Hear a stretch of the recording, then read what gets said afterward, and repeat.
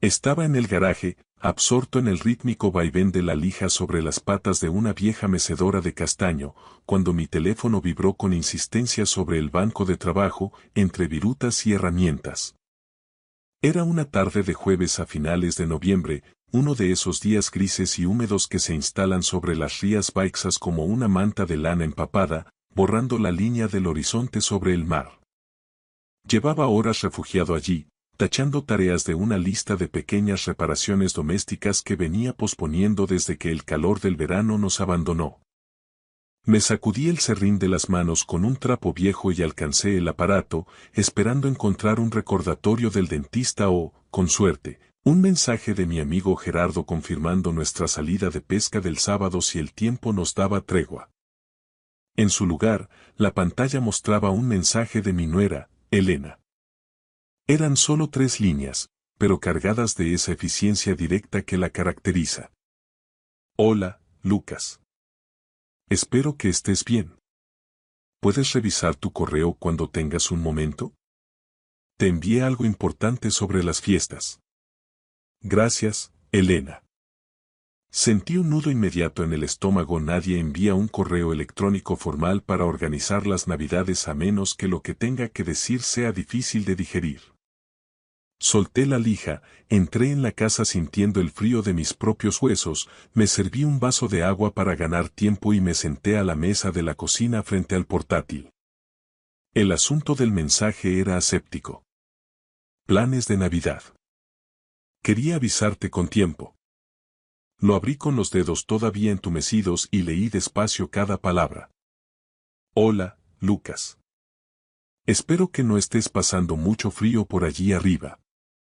Carlos y yo hemos estado hablando con mi padre, Ramón, y como él vuela desde Bilbao para quedarse toda la semana, hemos decidido pasar el día de Navidad solo nosotros 4, el núcleo familiar inmediato. Será mucho jaleo con las rutinas de los niños y todo eso, y queremos que sea algo tranquilo y acogedor. Estamos muy agradecidos por todo el apoyo que nos has dado, especialmente con los gastos de la terapia de Hugo. Habíamos pensado que quizás podrías pasarte el 27 o el 28 para vernos. Nos encantaría. Con cariño, Elena. Releí el texto 3 veces, deteniéndome en esa expresión. Núcleo familiar inmediato. Como si yo, de repente, hubiera pasado a ser un satélite lejano, una pieza prescindible en el engranaje de su hogar. Como si los 2 años que llevaba cubriendo religiosamente el coste de la logopedia y la terapia ocupacional de mi nieto Hugo, una inversión que ya rozaba los 35.000 euros, no me hubieran comprado, al menos, un rincón en su mesa. Me dolió pensar en los sábados de lluvia conduciendo casi 1 hora por carreteras secundarias para llevar a Hugo y a la pequeña Lucía al acuario o a la piscina, solo para que sus padres tuvieran un respiro. Al parecer, yo era una opción excelente para los días de logística y esfuerzo, pero un inconveniente estético cuando alguien más importante ocupaba la silla principal. Cerré la tapa del portátil y me quedé mirando el jardín a través del cristal empañado. El abedul que Carmen, mi difunta esposa, había plantado con tanta ilusión el año que nació Carlos, se alzaba ahora desnudo, con su corteza blanca brillando bajo la luz mortecina del atardecer. Ella se había ido hacía 3 años por culpa de un cáncer de páncreas que no nos dio tiempo ni a despedirnos. Desde entonces, mi vida consistía en llenar los huecos del silencio con serrín, viajes de fin de semana y el empeño casi desesperado de seguir sintiéndome útil para los míos. Carmen habría sabido gestionar esto. No habrían pasado ni 60 minutos antes de que llamara a Carlos para poner los puntos sobre las íes con esa mezcla suya de ternura y autoridad que nadie podía ignorar. Yo, en cambio, nunca tuve ese peso sobre él. Carlos es un buen hombre, mi hijo, pero tiene la debilidad de los juncos. Se dobla siempre hacia el lado que empuja con más fuerza. Y en los últimos 4 años, quien ha soplado como un vendaval en su casa ha sido Ramón. Para entender cómo hemos llegado a este punto de exclusión, hay que conocer la dinámica que se instaló desde el principio. Cuando Carlos se casó con Elena hace 7 años, yo estaba encantado. Ella era una mujer brillante, una jefa de proyectos en una constructora que manejaba su vida personal con la misma precisión que una obra de ingeniería. Aunque su rigidez a veces levantaba un muro invisible entre nosotros, yo respetaba su capacidad de mando. Pero su padre, Ramón Ortiz, era harina de otro costal.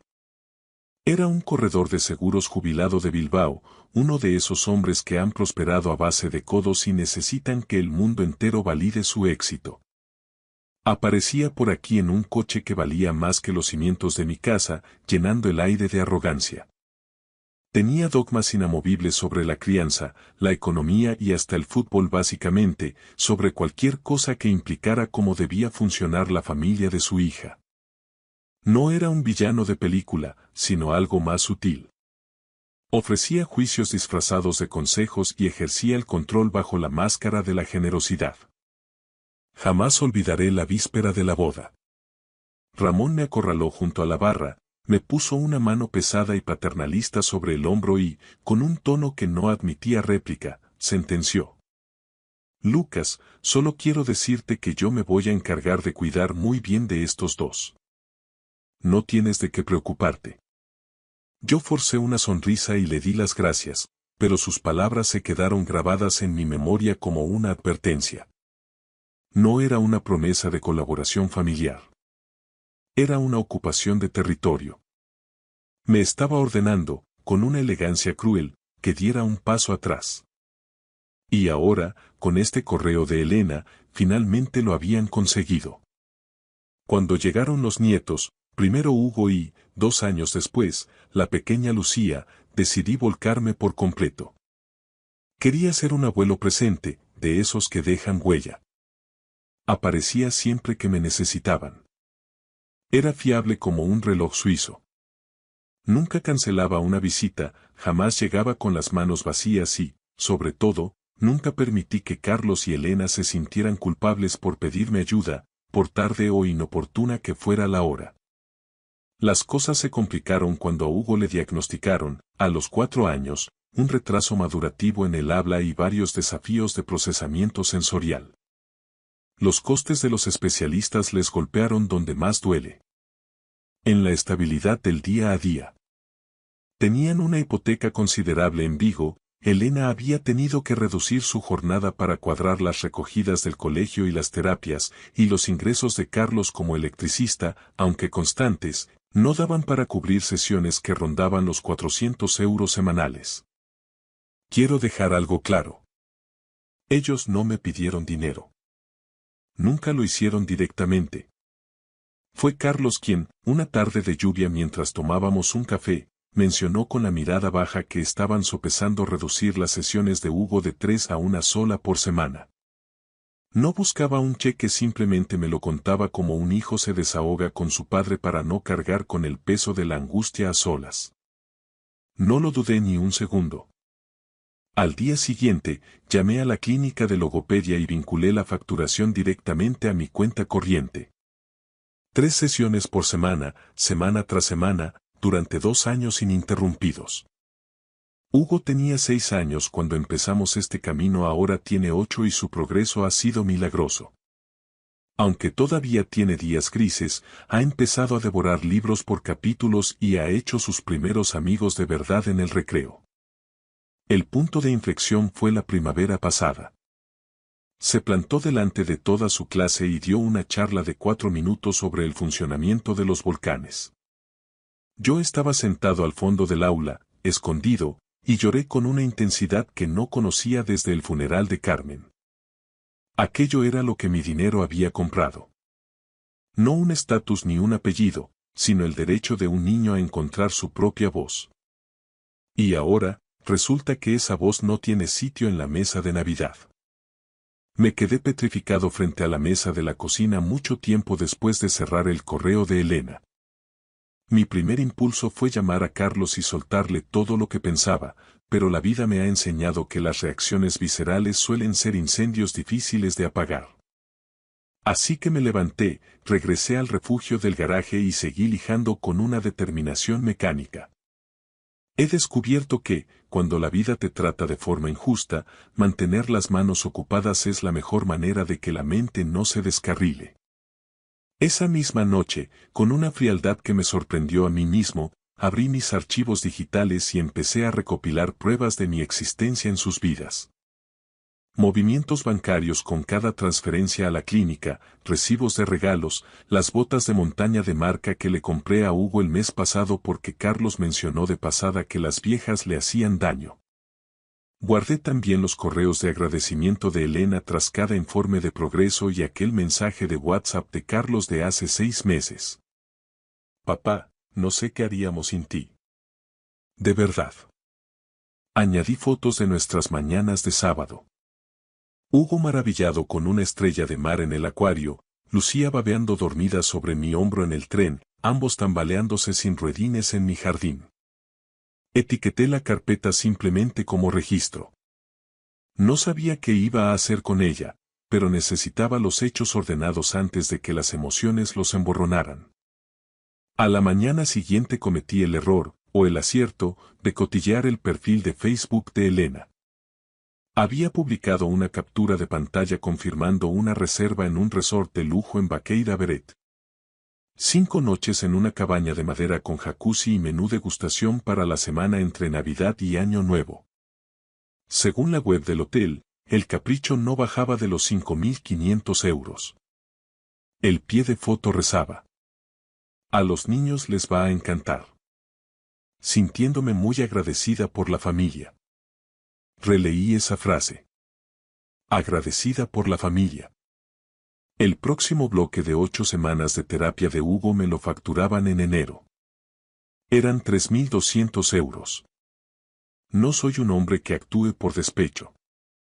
Fui profesor de historia durante más de 3 décadas y en un instituto aprendes que la paciencia es una herramienta de supervivencia. Aprendes a leer el ambiente de una clase y sabes que el que más grita rara vez es el que tiene la razón. No envié una respuesta incendiaria. Salí a pasear con el perro por la orilla de la playa, dejando que el salitre me aclarara las ideas sobre qué tipo de abuelo quería ser. Al volver, escribí mi respuesta. Hola, Elena. Gracias por la información sobre la Navidad. Entiendo que la visita de Ramón es una prioridad y que buscáis un día manejable. No obstante, necesito aclarar un punto logístico. He visto vuestros planes para Baqueira y me alegra que los niños vayan a disfrutar de ese viaje. Solo quiero confirmar que estamos alineados respecto a la factura de la terapia de Hugo de enero, que me llegará a principios de mes. Me gustaría ser previsor con los gastos del próximo trimestre. ¿Podríamos sacar un hueco para una llamada rápida esta semana? Gracias, Lucas. Lo revisé 4 veces. Era aséptico. Exponía hechos. No acusaba, solo preguntaba. Le di a enviar y el silencio duró 3 horas exactas. Entonces, sonó el teléfono. Era Carlos, con esa voz tensa de cuando se siente acorralado por la vergüenza. Papá, me acaba de llamar Elena. Dice que tu correo le ha parecido un poco pasivo-agresivo. He hecho una pregunta legítima, Carlos, respondí con calma. Eso no es agresividad, es comunicación básica. Pues está muy disgustada. Me lo imagino. Yo también lo estoy. Se hizo un silencio pesado. Papá, lo de Baqueira es un regalo de Ramón. No es dinero nuestro, él ha querido invitarnos. No afecta en nada al presupuesto de la terapia de Hugo. Entiendo el matiz, dije yo, pero intenta verlo desde mi perspectiva. Ramón paga vuestras vacaciones de lujo y, esa misma semana, recibo un correo diciendo que no pise vuestra casa por Navidad porque él está allí. Mientras tanto, yo sigo siendo el que paga las facturas médicas de tu hijo cada mes. No era nuestra intención que te sintieras así, balbuceó Carlos. ¿Y cuál era exactamente la intención? Es que Ramón. Bueno, él vive en Bilbao y casi no ve a los niños. Quería que el día fuera algo especial, solo para ellos. Ramón vive en Bilbao, corté yo. Yo vivo a 40 minutos. Llevo a Hugo a sus sesiones de los sábados mientras vosotros trabajáis. Soy el que está en las trincheras. Y sin embargo, soy a quien le piden que venga el día 27 como si fuera una visita de cortesía. Papá, por favor. Carlos, te quiero. Adoro a Elena y a mis nietos más de lo que puedo expresar, pero tienes que escucharme bien.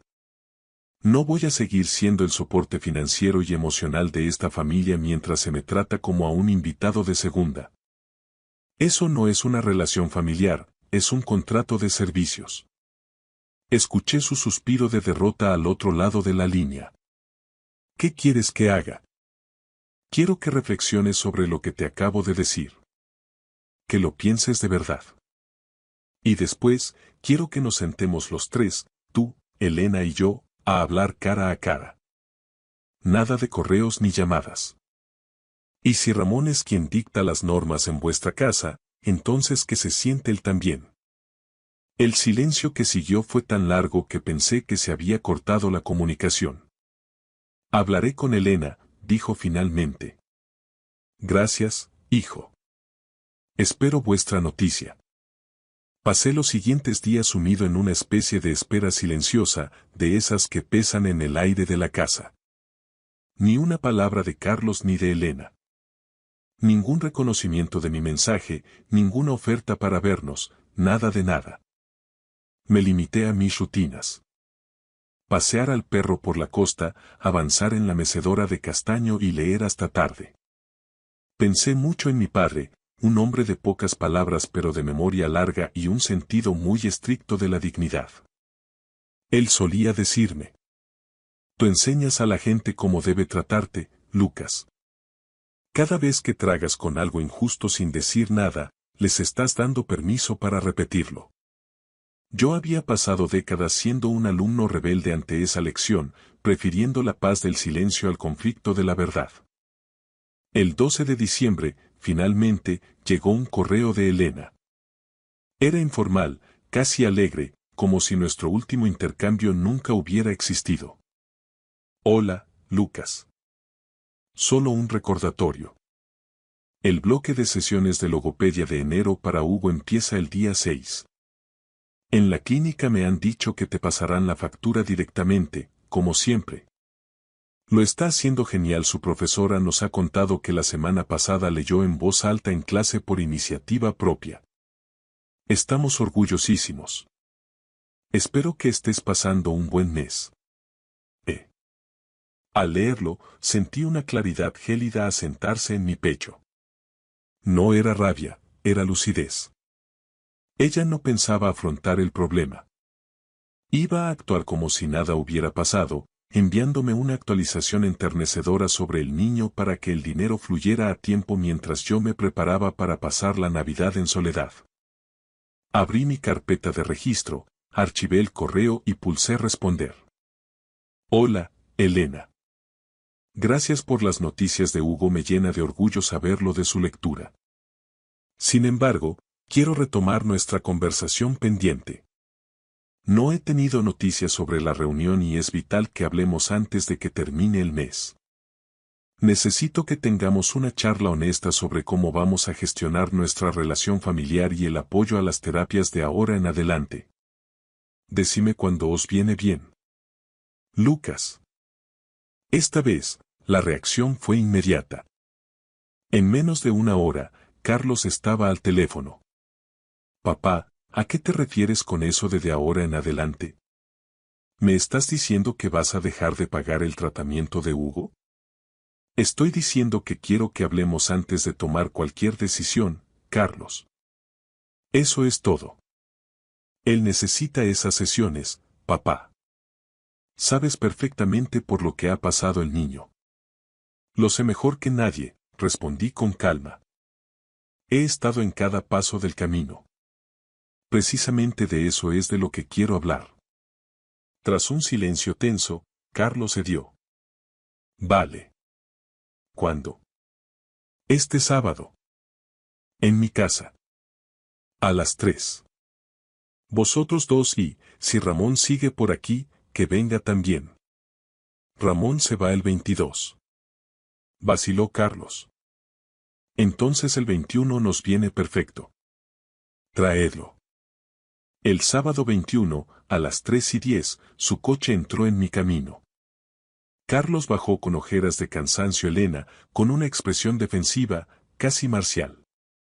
Detrás de ellos apareció Ramón. Un hombre corpulento, de hombros anchos y esa autoridad natural de quien está acostumbrado a ser el sol alrededor del cual orbitan los demás. Yo había preparado la mesa de la cocina con 4 sillas y una puesta en escena sencilla pero contundente. Mi carpeta de documentos, un resumen impreso para cada uno y 4 tazas de café humeante. No quería que pareciera una junta de accionistas, sino lo que era. Una conversación de familia que llegaba con años de retraso. Gracias por venir, dije cuando entraron. Sentaos, por favor. Ramón echó un vistazo a la estancia con una leve sonrisa de suficiencia, como si la situación le resultara pintoresca. Esperé a que todos estuvieran acomodados. Quiero empezar diciendo que os quiero profundamente. Sois mi familia y esos niños son el motor de mi vida desde que perdí a Carmen. No busco una guerra. Estoy aquí porque los problemas se hacen más pequeños cuando se miran de frente y se llaman por su nombre. Deslicé las hojas de resumen hacia Carlos y Elena. En los últimos 2 años, he aportado cerca de 35.000 euros para la logopedia y la terapia de Hugo. Eso no incluye los regalos, el material escolar, la ropa o nuestras salidas de los sábados. Lo he hecho porque adoro a mi nieto y creo en su potencial. No lo hice para llevar una cuenta ni para echárselo en cara a nadie.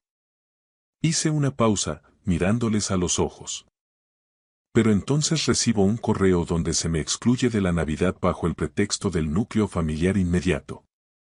Y a los pocos días, veo una publicación sobre un viaje de esquí de 5.500 euros en Baqueira. Estoy intentando entender cómo encajan esas 2 piezas en el mismo puzzle. Ramón tomó aire para intervenir. Mira, Lucas, lo que pasa es que... Ramón, te agradecería que me dejaras terminar, le corté con firmeza. Se quedó sorprendido, probablemente hacía años que nadie le pedía silencio. Pero cerró la boca. No me molesta el viaje a Baqueira. Si quieres agasajar a tu hija, es tu derecho. Lo que me duele es el patrón de comportamiento. Cuando hace falta solvencia, soy el abuelo indispensable. Cuando toca decidir quién se sienta a la mesa en Navidad, soy un añadido opcional. He permitido esto demasiadas veces y no va a volver a ocurrir. Elena empezó a lagrimear. Carlos no levantaba la vista del hule de la mesa. Me dirigí entonces directamente a Ramón. Llevas años convirtiéndote en el centro de gravedad de esta familia a base de maniobras y comentarios sutiles, decidiendo que es familia inmediata según te conviene. Vienes aquí, lo reorganizas todo a tu gusto y te vuelves a Bilbao. Y mi hijo te lo ha permitido porque es más fácil claudicar que enfrentarse a ti. Pero eso ha hecho daño, Ramón, y creo que en el fondo lo sabes. La mandíbula de Ramón se tensó notablemente. No voy a tolerar que se me acuse de... No te acuso, describo lo que veo, repliqué sin elevar el tono. Eres el abuelo materno y eso es sagrado. Pero no puedes decidir que yo valgo menos porque tú apareces 2 veces al año con un cheque más grande. El silencio en la cocina era absoluto. Miré a mi hijo. Carlos, necesito oírte. Carlos levantó la cabeza. Miró a su mujer, luego a su suegro y finalmente a mí. Vi en su rostro la misma expresión de cuando tenía 16 años y debía decidir si confesaba una falta. Se aclaró la garganta con dificultad. Tienes razón, papá. Su voz sonaba rota. Nos hemos aprovechado de ti. Quizás no con maldad, pero lo hemos hecho. Miró a Ramón con una determinación nueva.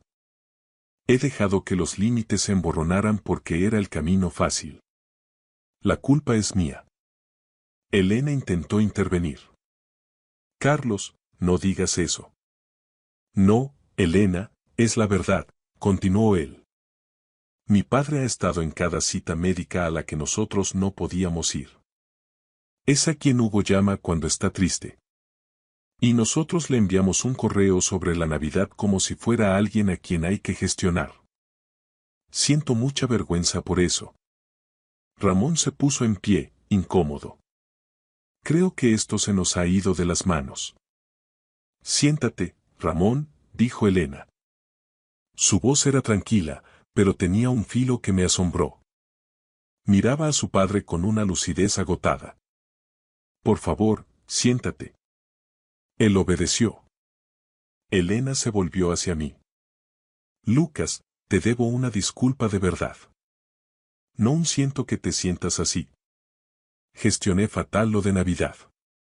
Mi padre lo sugirió y yo le seguí la corriente sin pararme a pensar en ti. Y luego te envié lo de la factura como si fueras un cajero automático. Estuvo mal. Lo sabía mientras lo escribía y lo sé ahora. Ramón miró a su hija y algo cambió en sus ojos. No fue un arrepentimiento total, pero sí una grieta en su armadura. Lucas. No se me da bien compartir el espacio.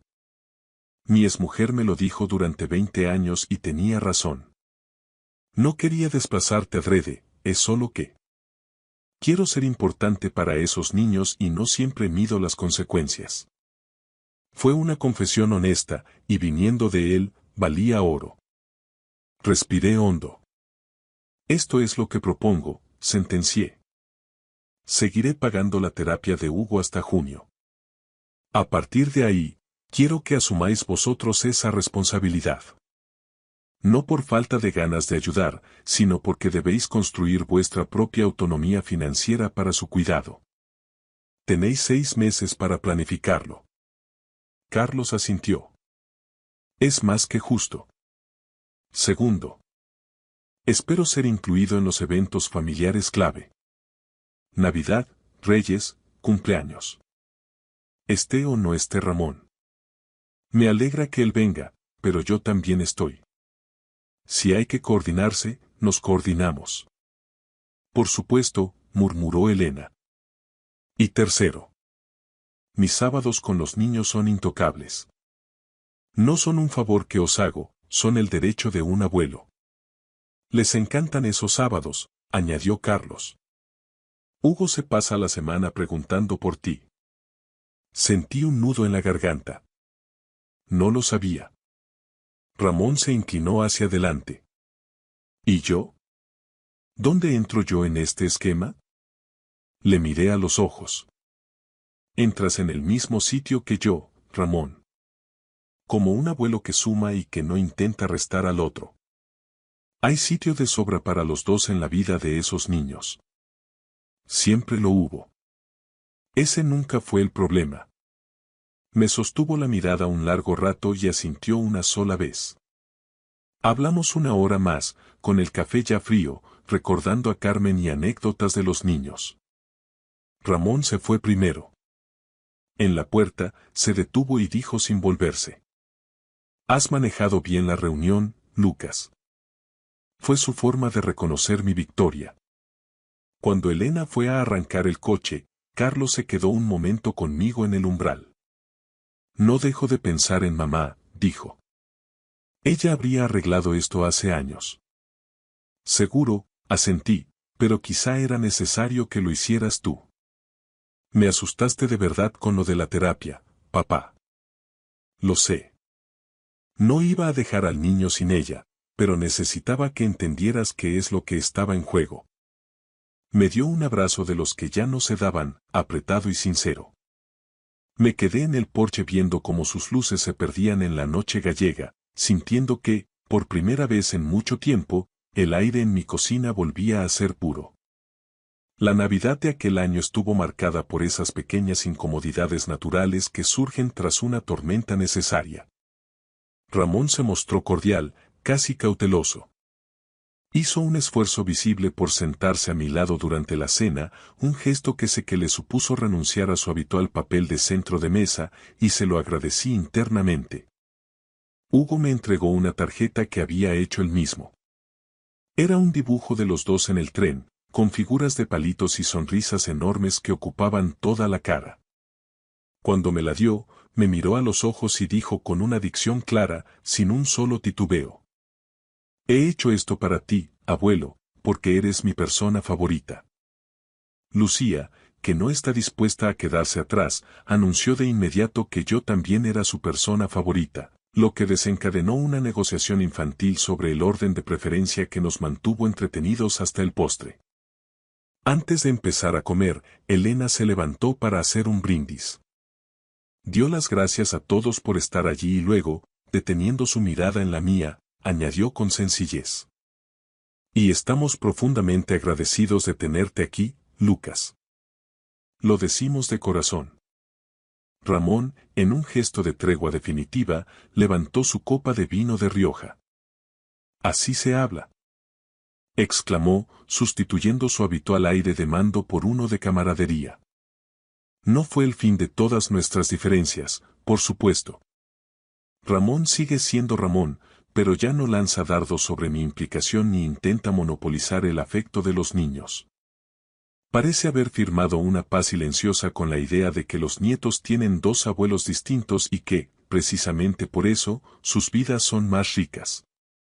Tal como acordamos, Carlos y Elena asumieron el coste de la logopedia de Hugo en julio. Le supuso un reajuste importante en su estilo de vida. Tuvieron que renunciar a suscripciones de televisión, a la cuota de un gimnasio de lujo y a lo que Carlos describió, entre risas, como una cantidad vergonzosa y poco saludable de comida a domicilio. Lo decía bromeando, pero detecté en su voz un orgullo nuevo. El de quien toma las riendas de su propia casa. Sigo recogiendo a los niños los sábados. No me pierdo ni un festival escolar, ni una tutoría a la que me inviten. Hugo tiene ya 9 años y lee libros que están 2 niveles por encima de su curso.